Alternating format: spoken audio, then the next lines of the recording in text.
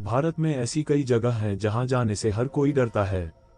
इन जगहों के बारे में कई डरावनी कहानियां सुनने को मिलती हैं।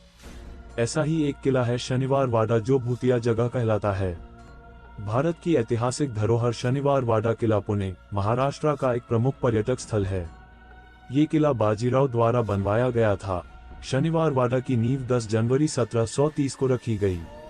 शनिवार के दिन नींव रखे जाने के कारण इस किले का नाम शनिवार वाड़ा पड़ा।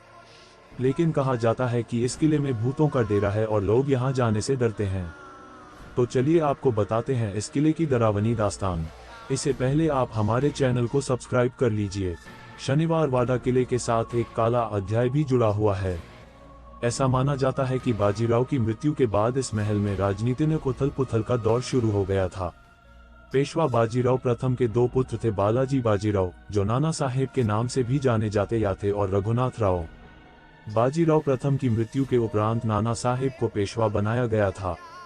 पेशवा नाना साहेब के भी 3 पुत्र थे, विश्वराव, महादेव राव और नारायण राव।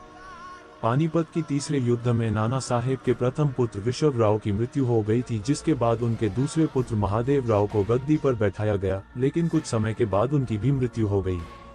महादेव राव की मृत्यु के बाद पेशवा नाना साहेब के तीसरे पुत्र नारायण राव को गद्दी पर बैठाया गया।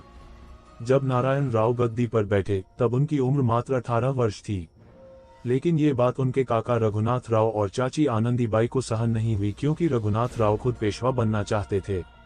वह पहले पेशवा महादेव राव की हत्या का प्रयास कर चुके थे, जिससे नारायण राव वाकिफ थे।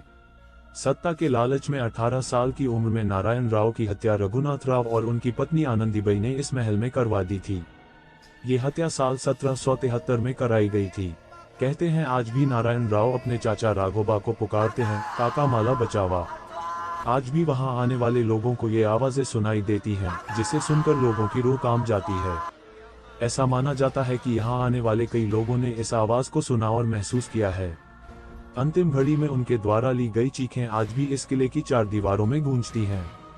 कहा जाता है हर अमावस की रात को नारायण राव की आत्मा अपने खून का बदला लेने के लिए शनिवार वाड़ा में घूमती है, इसलिए यह किला भारत के सबसे रहस्यमयी, डरावनी जगहों में शामिल है।